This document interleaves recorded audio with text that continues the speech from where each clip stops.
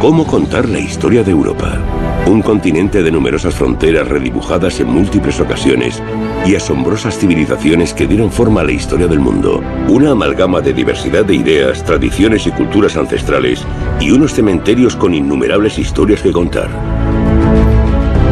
Echemos un vistazo atrás en el tiempo y examinemos más de 2500 años de historia. ¿Qué fue? ¿Qué sigue siendo? ¿Y qué le depara el futuro? Europa nunca ha estado unida. Es un continente de conflictos y cooperación. Su diversidad la ha hecho fuerte.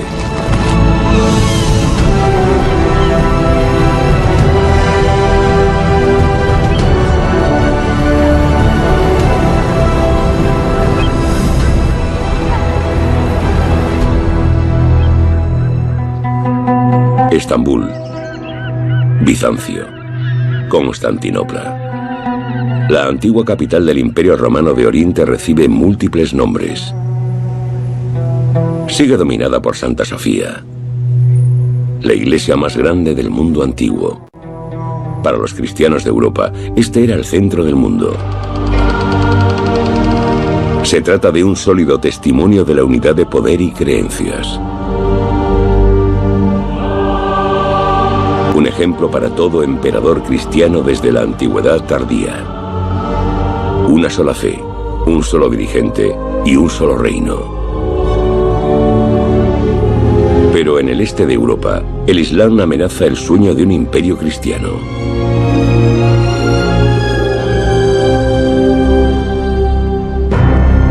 En 1453, Santa Sofía se convierte en el último santuario para los cristianos de Oriente.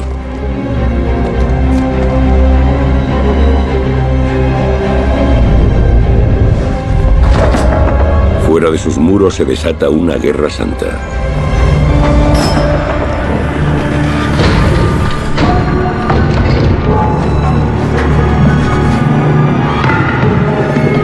Después de 53 días de asedio, los turcos conquistan Constantinopla el 29 de mayo de 1453 bajo la bandera del Islam.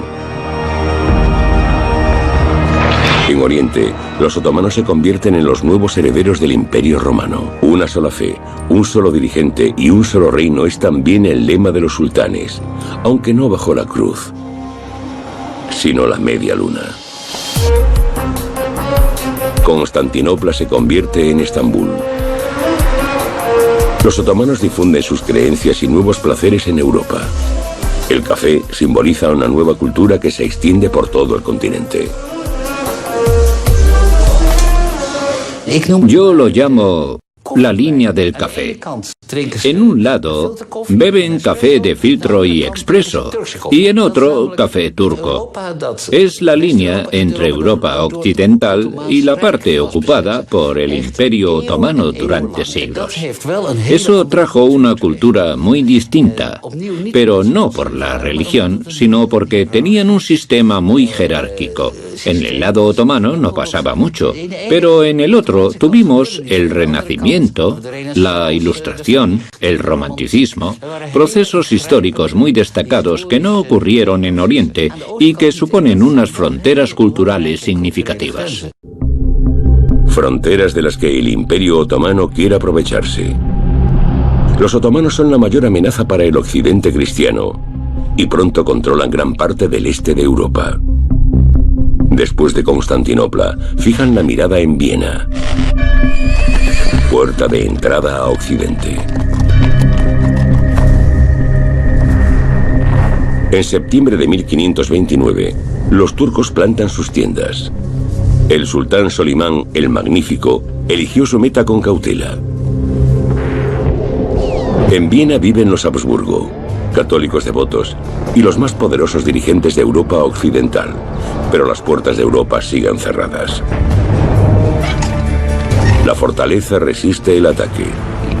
El sultán observa su objetivo en la distancia. No obstante, los europeos siguen temiendo a los turcos. Los grabados del siglo XVI muestran prejuicios que aún perduran. Las caricaturas presentan a los otomanos como monstruos, como enemigos del occidente cristiano, como el azote de Dios. Los turcos son el diablo. La relación entre Turquía y Europa sigue siendo difícil. A pesar de los intentos de armonía, los gestos amistosos no ocultan unas profundas diferencias políticas. El presidente Erdogan se presenta como el hombre fuerte del Bósforo. Anhelo de una era sultánica más que de un futuro europeo.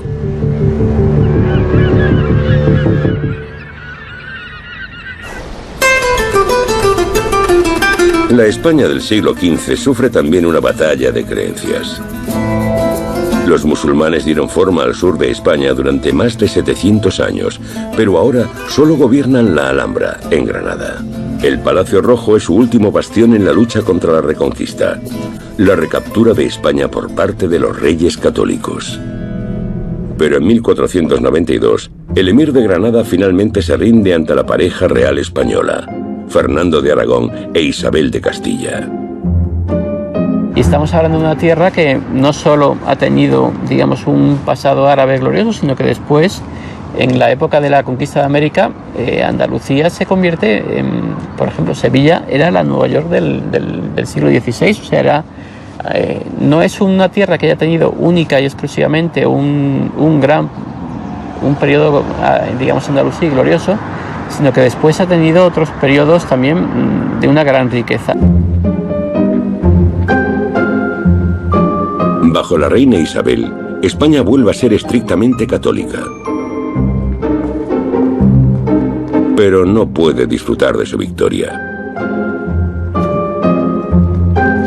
La retirada de los moros implica la pérdida de la fuente europea de especias orientales.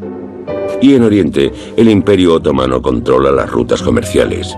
Las uvas no son del todo satisfactorias. Aunque hoy sean accesibles, la pimienta de la India, la nuez moscada de las Molucas y el azafrán persa son especias exóticas que una vez fueron escasas y valiosas.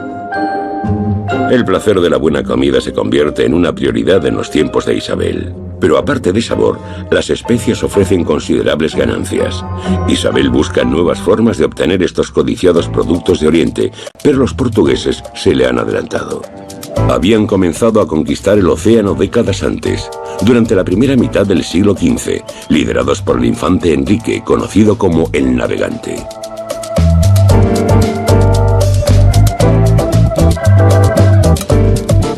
Pretenden llegar a Asia a través de África, desviándose. Pero cuanto más avanzan hacia el sur, más lejos parece su objetivo en el este. La costa del continente negro es interminable.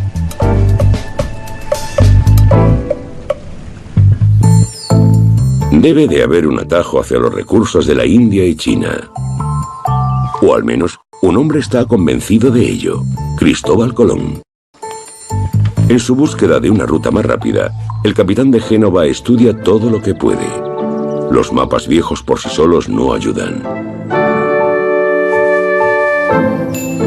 Quizá el secreto se esconda aquí, en el libro de las maravillas del mundo, del viajero italiano medieval Marco Polo. Colón anota todas las direcciones que encuentra. Las fábulas y descripciones del lejano oriente alimentan sus fantasías. Se puede decir que hacia el final de la Edad Media, los europeos saben del resto del mundo, pero no lo conocen todo. Por eso, hay exploradores como Marco Polo que quieren ir a territorios desconocidos. Por tanto, Europa no fue como China, que estaba absorbida en sí misma. Hoy en día, la navegación ya no es un arte. Ahora podemos descubrir el mundo sin movernos siquiera. Sabemos que el planeta es redondo.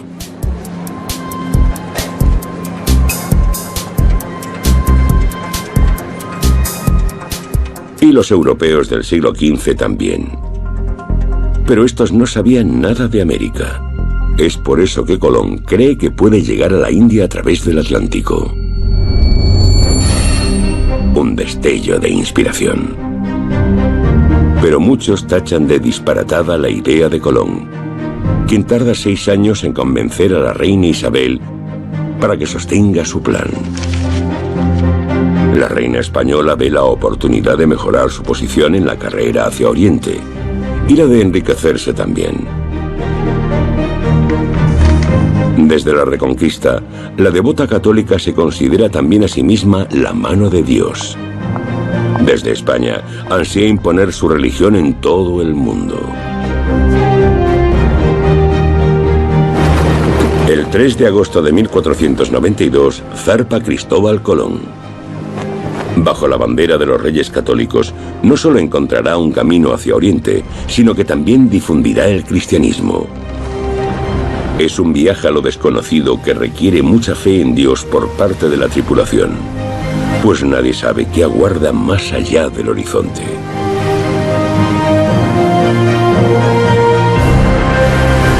Mantienen firmemente su rumbo hacia el oeste durante más de 30 días.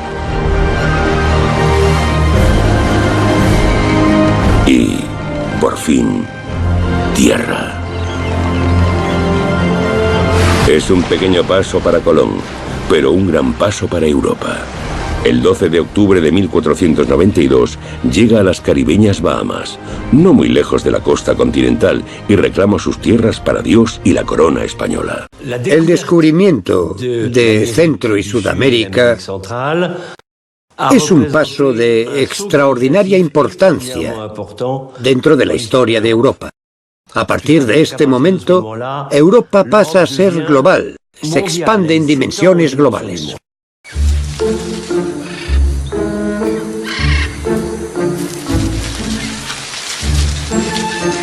Colón no es consciente de la magnitud de su descubrimiento. Cree que está en la India. Es por eso que a los nativos americanos se les llama indios. Los exploradores los ven desnudos e inocentes, como en el paraíso. En lugar del Nuevo Mundo, los europeos creen que han encontrado el jardín del Edén perdido.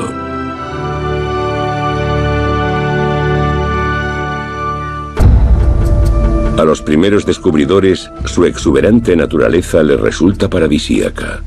Aquí todo crece por sí solo, en contraste con su tierra natal, donde deben trabajar para cultivar sus campos.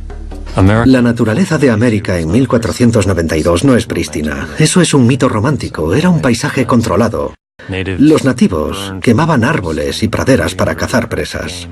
Plantaban cultivos, tabaco, maíz, calabaza. Y construían ciudades como Cahokia en el sur de Illinois, de 30.000 habitantes en el año 1200, y Tenochtitlán, capital de México, con unos 200.000 habitantes en el año 1500, así que era una sociedad bastante asentada.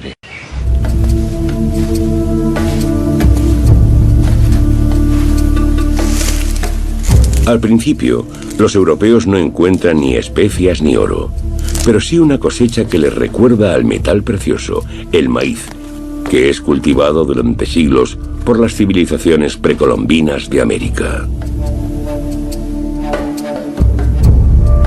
Cristóbal Colón lo lleva al Viejo Mundo. Hoy, el maíz es uno de los cultivos más cosechados del mundo. Al igual que el tomate y la patata, es uno de los numerosos cultivos de América que han cambiado los campos y los menús de Europa.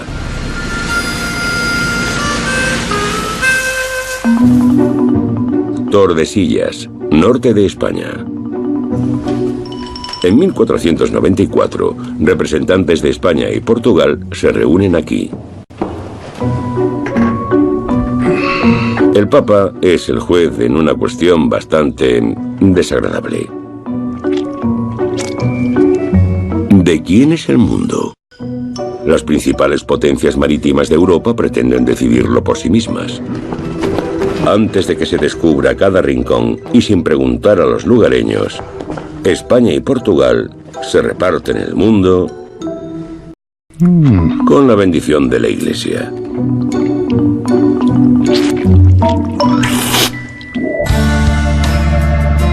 El Tratado de Tordesillas divide la tierra en una mitad portuguesa y otra española, supuestamente para traer paz y armonía.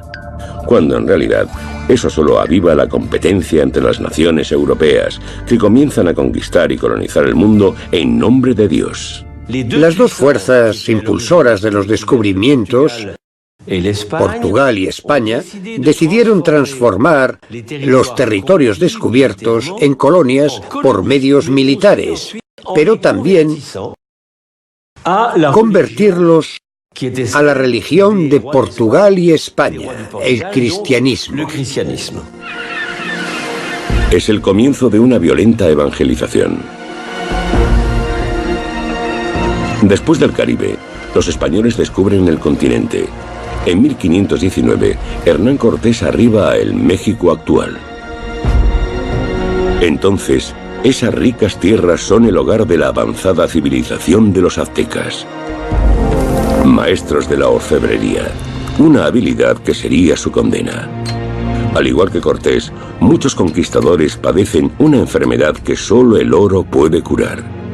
Quieren encontrar El Dorado, la legendaria Tierra del Oro. Los españoles se convierten en la maldición de los aztecas. Sin piedad, los europeos aprovechan su superioridad militar. La promoción del cristianismo es solo un pretexto. Su conquista se convierte en un genocidio bajo la cruz. Tenochtitlán, núcleo del imperio azteca, es destruida en 1521 y reemplazado por la capital del virreinato de Nueva España, Ciudad de México. Una catedral reemplaza al templo azteca. Unas desgastadas calaveras y antiguos cimientos son lo que resta de la antigua civilización. Extranjeros en su propio país, así es como muchos nativos americanos se sienten hoy. Para ellos el día de Colón, el 12 de octubre, fecha del descubrimiento de América, es un día de luto. Aún no se han recuperado del trauma de la colonización. La conquista supuso un profundo impacto para Centro y Sudamérica. Entre el 80 y el 90% de la población nativa murió a causa de las epidemias, de modo que las debilitadas, menguantes y golpeadas poblaciones nativas no tuvieron más remedio que aceptar el cristianismo impuesto. A principios del siglo XVI, el Papa en Roma tiene mayores preocupaciones. Está ocupado con la construcción de la nueva Basílica de San Pedro, una obra maestra de la arquitectura italiana, pero también símbolo de la creciente pomposidad de la Iglesia. Es financiada vendiendo cartas de indulgencia a los fieles, ricos y pobres, una práctica muy criticada por un monje alemán. En sus 95 tesis, Martín Lutero manifiesta abiertamente su rabia y cuestiona la antigua alianza de poder entre emperador e iglesia, una sola fe, un solo gobernante y un solo reino. Nada de eso está escrito en la Biblia. Para Lutero, solo cuenta la palabra de Dios, no la autoridad del Papa. Está jugando con fuego. Pero los tiempos han cambiado gracias a una revolución mediática en Alemania. La imprenta de tipos móviles. Inventada por Johannes Gutenberg a mediados del siglo XV, esta ayuda a difundir las ideas de Lutero.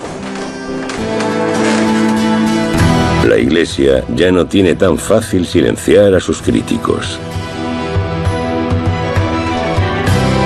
Sin embargo, el Papa recurre a esa nueva tecnología para su propia propaganda. En todo el continente, católicos y protestantes imprimen panfletos para ridiculizar a sus oponentes y promover la fe correcta. Es la primera guerra mediática en la Europa de la nueva era.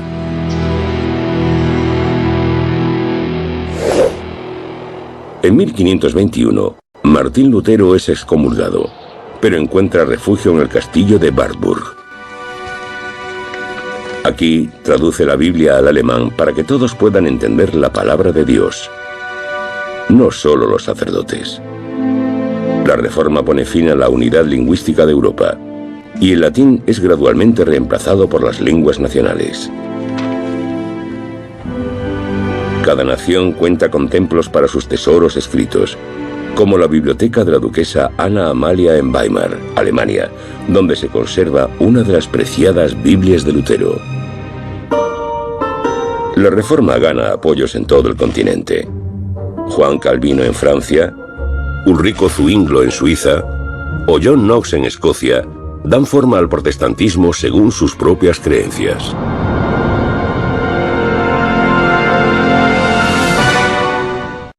Por primera vez, ya no existe unidad religiosa en la Europa occidental de influencia latina.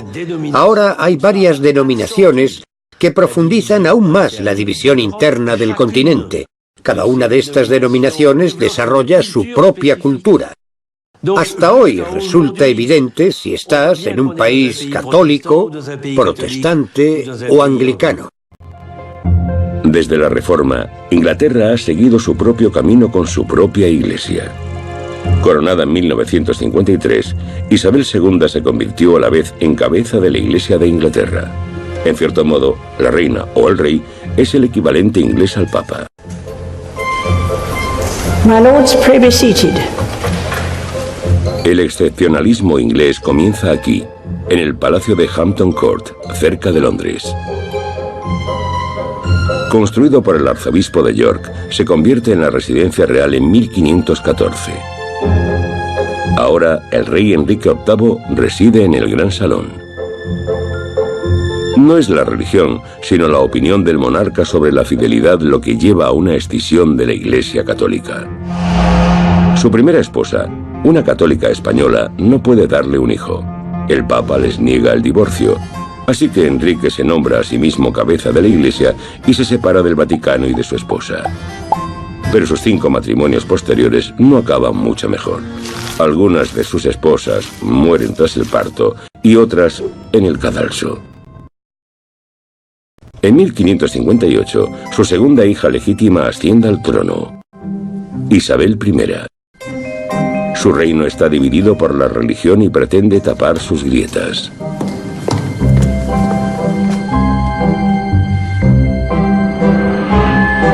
La devota protestante quiere complacer a sus súbditos, incluidos los católicos. Para ello, se presenta a sí misma como Madre de la Nación y Reina Virgen, sustituta secular de la Virgen María.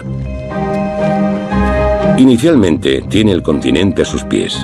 Isabel es adorada por príncipes de todas las denominaciones. Incluso el rey católico de España quiere casarse con ella.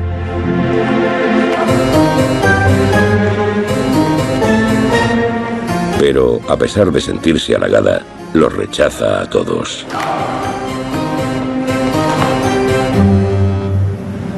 Mientras tanto, en Escocia, otra mujer lucha por su corona. María Estuardo, la reina de Escocia, una devota católica. Esta cuenta con ciertos apoyos en Inglaterra porque tiene una ventaja sobre la reina virgen: un heredero varón. María es respaldada también por el Vaticano. La Iglesia Católica quiere recobrar su poder en las Islas Británicas. Un mensaje causa revuelo. El Papa excomulga a Isabel y amenaza a sus partidarios con la expulsión de la comunidad de la fe.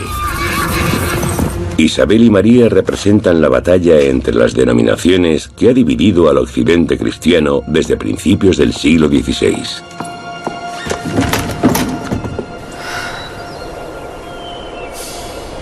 Ahora, la reina protestante muestra su lado más duro. La torre es la cámara de tortura de Inglaterra.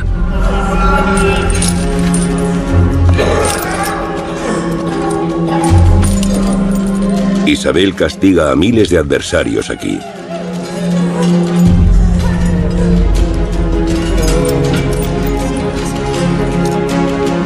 Y finalmente, María tampoco tiene escapatoria. Su último viaje la lleva al castillo de Fotheringhay. Con la ejecución de la devota María el 8 de febrero de 1587, Inglaterra corta también sus lazos con el continente.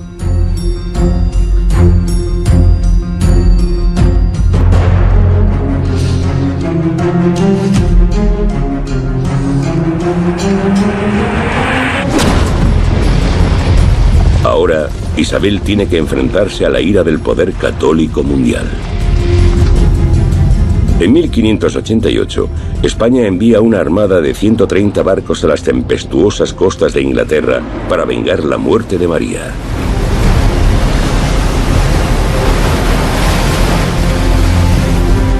Pero el mal tiempo, la escasa visibilidad y una superior estrategia llevan a la Reina Virgen a la victoria sobre la flota extranjera.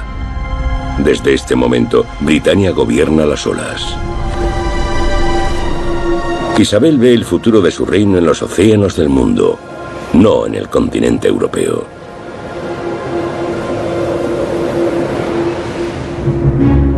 Gracias a Isabel, la Iglesia de Inglaterra sigue siendo protestante. Conduce su reino a una edad de oro. Con la Reina Virgen comienza el ascenso del Imperio Británico.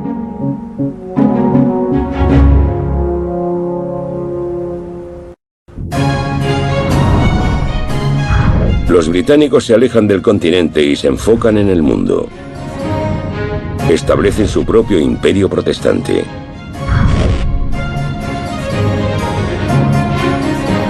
En la era isabelina, Londres se convierte en una de las ciudades más grandes y cosmopolitas de Europa, y en el patio de recreo de su mayor poeta. El Teatro de Globe es su escenario. En menos de 30 años, escribe casi 40 obras de teatro y más de 150 poemas. William Shakespeare. En Inglaterra, es un dramaturgo quien promueve el idioma nacional y no un monje, como en Alemania. Shakespeare influye en el inglés como nadie. Se inspira en obras de teatro antiguas y en figuras y acontecimientos históricos. Sin embargo, crea algo nuevo. El inglés revive el teatro europeo, pero no solo por sus obras logró ser reconocido en el mundo entero. La popularidad global de Shakespeare es uno de sus aspectos más asombrosos. Ahora es un artista global, un escritor global. Shakespeare es alguien que le habla a la humanidad, seas quien seas de donde seas o vivas en la época que vivas. Pero creo que hay otro factor, y es que Shakespeare también se benefició de 2 o 3 siglos de expansión imperial británica. Shakespeare fue exportado con un impulso colonialista que lo difundió por todo el mundo. Dudo que sea casualidad que a día de hoy encontremos a Shakespeare en los planes de estudios de países de África, del subcontinente indio, de Australasia, del Caribe, de Norteamérica. Países con los que el Reino Unido mantenía una relación muy estrecha. Shakespeare escribe teatro para el pueblo. Y su Globe se convierte en un lugar de libertad espiritual. Sus piezas giran en torno a las eternas cuestiones de la vida. Los eventos teatrales de Shakespeare no son para la élite, sino para todos. Hoy son muchos los que lo redescubren en el reconstruido teatro The Globe en Londres. Hoy en día vemos el teatro como una actividad de la élite, algo de lo que la gente se siente orgullosa de disfrutar. Pero era muy distinto en el Londres de Shakespeare. El teatro era entretenimiento popular y competía con otras formas de entretenimiento masivas, como jugar a los bolos, hostigar animales, beber, visitar burdeles, todas esas cosas que se esperaba que uno disfrutara en una ciudad grande y bulliciosa. Pero eso no quiere decir que a la élite no le gustara el teatro. Había una enorme implicación de la aristocracia y la realeza en las compañías de teatro. De hecho, la compañía de Shakespeare pasó a llamarse The King's Men, los hombres del rey. A miracle. Here's our hands against our hearts. En 1603, Shakespeare y su compañía son nombrados artistas reales por el heredero al trono de la Reina Virgen, el rey Jacobo I, hijo de María Estuardo. Mucho ruido y pocas nueces es su obra favorita. I'll stop your mouth.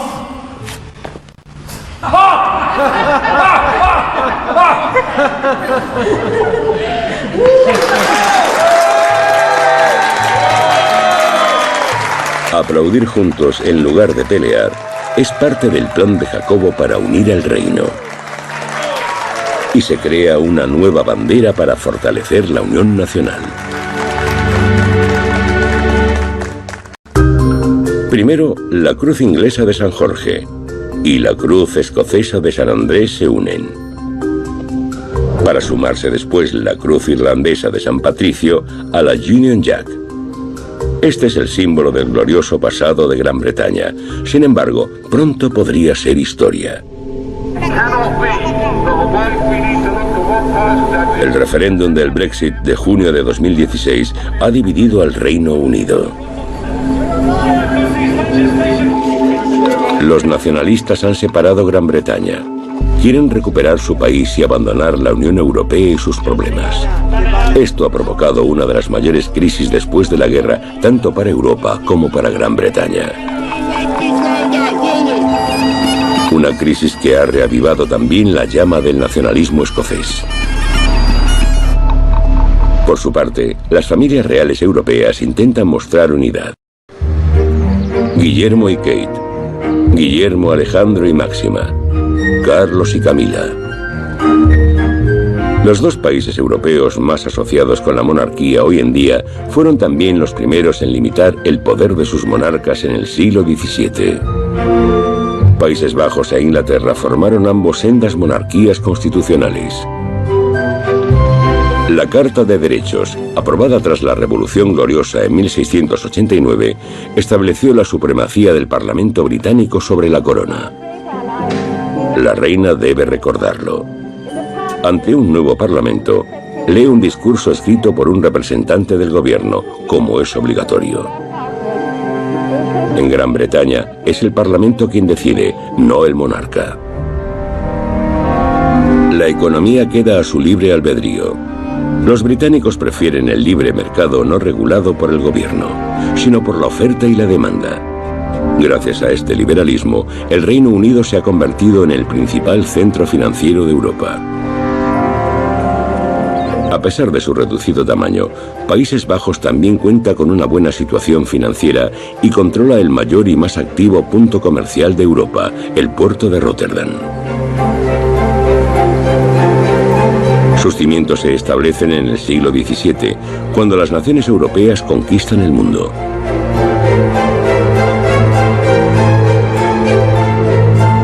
Sin embargo, no zarpan juntas. En cuanto a las colonias, cada país pretende adelantarse al resto. Todos buscan los últimos territorios inexplorados. Y así comienza la carrera por la legendaria Terra Australis Incógnita, Oceanía.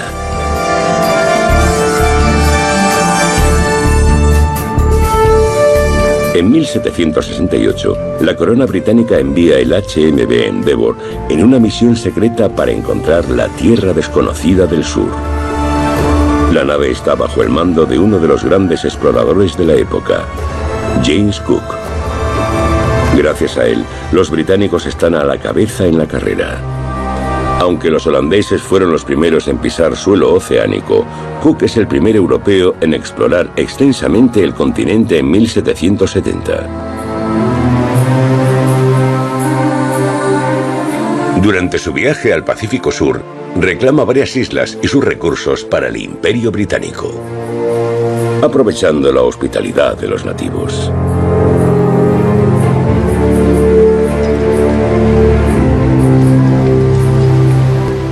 Por regla general, los europeos eran bien recibidos donde quiera que llegaban, pues inicialmente la mayoría de nativos no imaginaban que les engañarían, que los explotarían. Los exploradores toman todo lo que pueden. Durante mucho tiempo, Europa es sinónimo de conquista y explotación agresiva del mundo. Muchas cosas las tomaron, las robaron. Así de simple. Fijémonos en nuestros museos. Hay tesoros de todo el mundo. Esas cosas no las compraron, ni se las pidieron a los nativos. Se las quitaron sin más. Los ingleses se quedaron con Tahití, así como Madrás y Bengala. fructíferos humedales de la India. Primero los holandeses y luego los ingleses reclaman Nueva Zelanda a los maoríes y Mannahatta, la actual Manhattan de Nueva York, a las tribus locales. También ocupan el Cabo de Buena Esperanza en Sudáfrica y los franceses se apoderan de Senegal y Madagascar junto con Santo Domingo, actual Haití. Los europeos están en todas partes. Para evitar viajes en balde, se les ocurre una empresa bastante falaz conocida como comercio triangular. De camino a sus colonias se detienen en África, donde cargan sus barcos con esclavos, necesarios como mano de obra barata en los nuevos territorios, y a cambio de la carga humana reciben algodón, tabaco, café, cacao y azúcar. Debido a la rápida despoblación de América por las enfermedades, los europeos se enfrentan a una escasez de mano de obra en su esfuerzo por explotar los recursos del Nuevo Mundo y en particular de su tierra. Por tanto, los europeos, primero los portugueses, luego los holandeses y finalmente los ingleses, importaron esclavos de África Occidental para cultivar azúcar en el Caribe y en Brasil, tabaco en Virginia, arroz en Carolina del Sur y en el siglo XIX algodón en Norteamérica. No es exagerado afirmar que estas mercancías producidas por mano de obra esclava eran esenciales para la economía de exportación de América. En aquel entonces, a los europeos no les importaban los desastrosos efectos de su comercio triangular para África. Los blancos veían a los negros como ganado.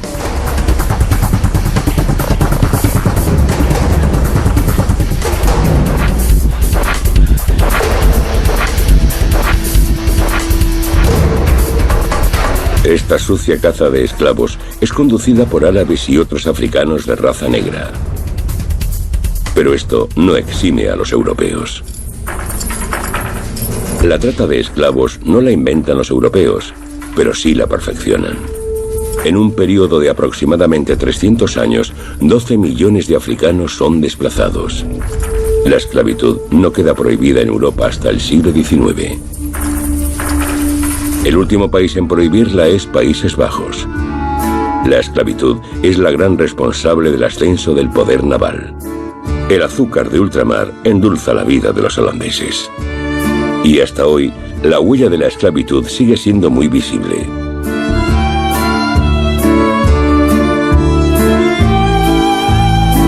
Por ejemplo, en el personaje de Pedro el Negro, el paje holandés de Papá Noel. O en las representaciones de esclavos del carruaje en que el rey desfila por La Haya cada año. En los últimos años, ha habido crecientes protestas para repintar el carruaje y retirar a Pedro el Negro. Sin embargo, a muchos aún les cuesta aceptar el lado oscuro de la Edad de Oro. Solo puedes esclavizar a alguien si lo consideras inferior. Primero comenzó con los nativos americanos, pero demostraban ser demasiado débiles para los trabajos forzados o se rebelaban. Así que a los europeos se les ocurrió la idea de llevarse gente de África. Para Europa, esto tuvo efectos económicos muy positivos. Para África, no obstante, fue desastroso. Debemos tener en cuenta que durante siglos, todos los hombres y mujeres capaces de trabajar fueron esclavizados. Lo que significa que en muchas aldeas quedaron solo ancianos, ancianas y niños. Y en consecuencia, toda su economía y, por supuesto, sus estructuras políticas y sociales fueron destruidas. A los europeos les cuesta asumir este aspecto de su pasado, oculto tras las hermosas fachadas de las casas de la época colonial. Lamentablemente, racismo y esclavitud son temas recurrentes en la historia europea.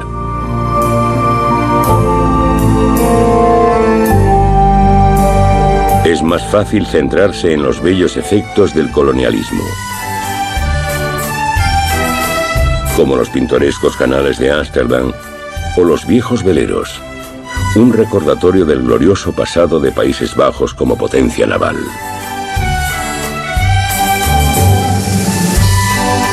El siglo XVII es la edad de oro holandesa. Tanto es así que los holandeses no saben qué hacer con tanto dinero.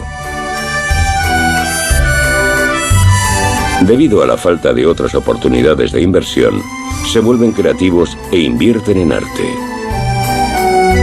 En el apogeo de la Edad de Oro holandesa, en 1650, unos 700 pintores producen 70.000 cuadros en solo un año. Una producción sin parangón en la historia del arte, gracias a los beneficios del colonialismo y de la esclavitud. Sin ellos, el patrimonio cultural del que tanto presume hoy Europa sería muy diferente.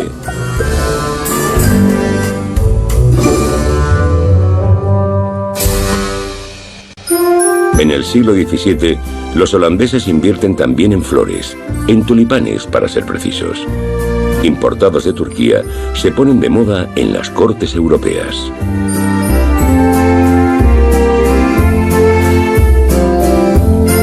Los bulbos de tulipán se comercializan en la bolsa de Ámsterdam y con la creciente demanda, los precios se disparan.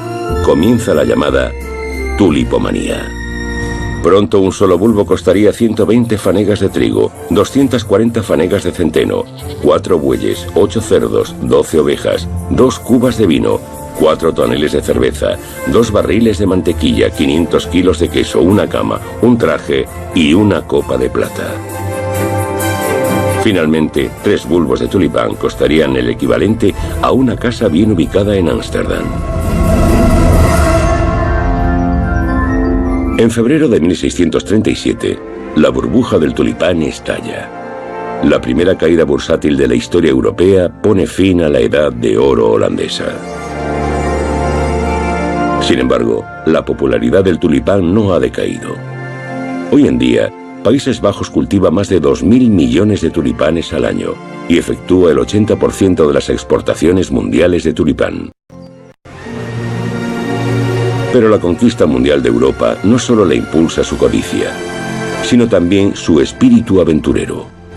Los mares del sur, ahora conocidos como el Pacífico Sur, fascinan a los europeos. Estos quedan cautivados por sus islas paradisíacas, su abundante vegetación y sus playas de palmeras. Los nativos exóticos pronto son idealizados como nobles salvajes, no contaminados por la civilización y en armonía con la naturaleza, practicando el amor libre. Según reza una descripción del siglo XVIII, estos nacen bajo el más hermoso de los cielos, y el amor es su único Dios. Para ellos, cada día es sagrado, y toda la isla su templo. Las mujeres son sacerdotisas del amor, adoradas por todos los hombres, unas mujeres maravillosas sin duda. Mientras, en Europa, la sexualidad solo existe a puerta cerrada y con un solo propósito: procrear. Pero en el siglo XVIII, esto cambiará. Inspirándose en los relatos del Pacífico Sur, cada vez se publican más novelas eróticas en Europa. Teresa Filósofa, Fanny Hill, Justin, Juliet.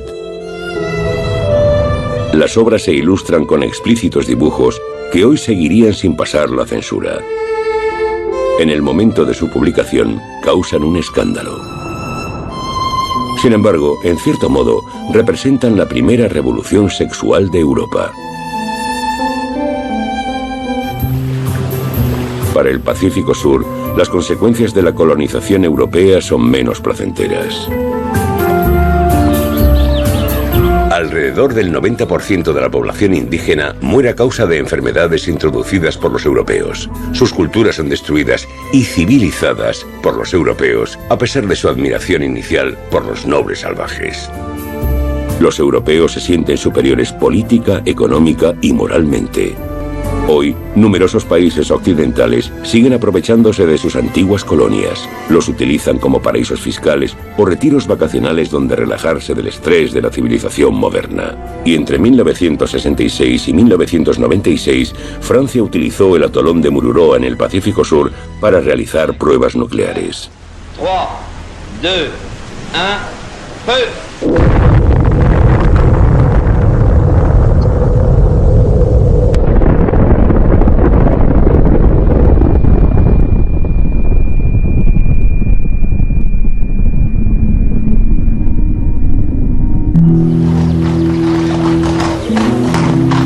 En 1884, Berlín se convierte en el punto de partida del denominado Reparto de África, la división del último continente que aún no controla totalmente Europa.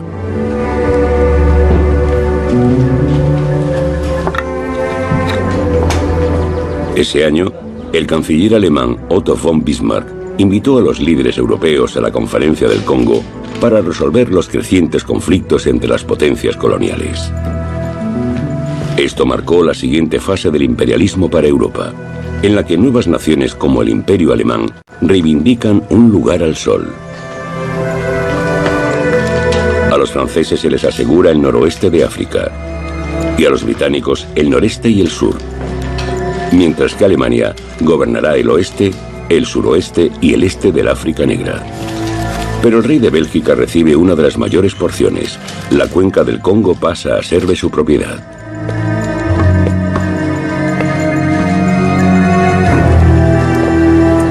En África, los europeos serán menos civilizados.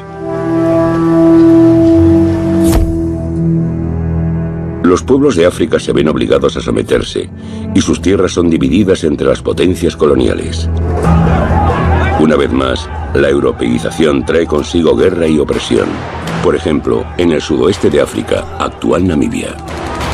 En 1904, para reprimir un levantamiento, las tropas alemanas persiguen a unos 80.000 miembros del pueblo herero hasta el desierto del Kalahari y esperan a que mueran de sed. Un genocidio que aún hoy suscita discusiones. Los europeos tratan de justificar científicamente su supuesta superioridad, como Arthur de Gobineau en su Ensayo sobre la desigualdad de las razas humanas. Según su teoría, la raza aria germánica es la raza primordial creada por Dios y, por tanto, superior a las demás. Considera a los negros una raza inferior y advierte de la degradación de mezclarse con ellos. Hasta la Segunda Guerra Mundial, algunas de las consideradas razas inferiores se exhiben como animales en los llamados zoológicos humanos de Norteamérica y Europa. La historia colonial de los países africanos se prolonga durante décadas, como en el Congo. En 1960, el país obtiene la independencia y su antiguo gobernante, el rey Balduino de Bélgica, le hace una visita.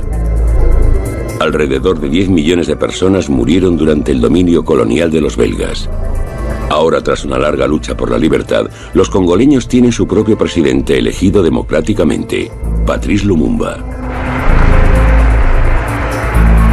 El pueblo lo celebra, pero no por mucho tiempo. Los belgas no están contentos con el nuevo gobernante de su antigua colonia.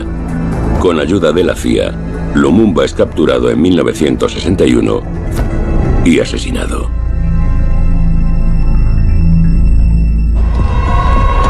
Cuando se trata de sus colonias, los europeos suelen acabar violando sus propios valores. La guerra en Argelia es otro sangriento ejemplo. Solo tras 8 años de encarnizada batalla, el país logra independizarse de Francia en 1962. Y no es hasta 50 años después, en 2012, que se produce un cauteloso acercamiento. No hay reconocimiento de culpa, pero sí un primer paso. El presidente François Hollande reconoce el sufrimiento causado por los franceses. Hoy en día, la despiadada europeización del mundo se ve de manera más crítica. Pero aunque la mayoría de los imperios coloniales de Europa han desaparecido, las desigualdades persisten, tanto política como económicamente.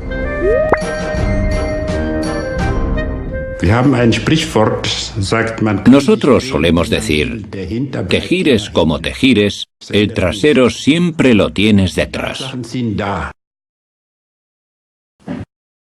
Hay cosas que no se pueden cambiar. Los hechos están ahí. Los indios lo saben. Los nativos americanos supervivientes lo saben. Los africanos lo saben.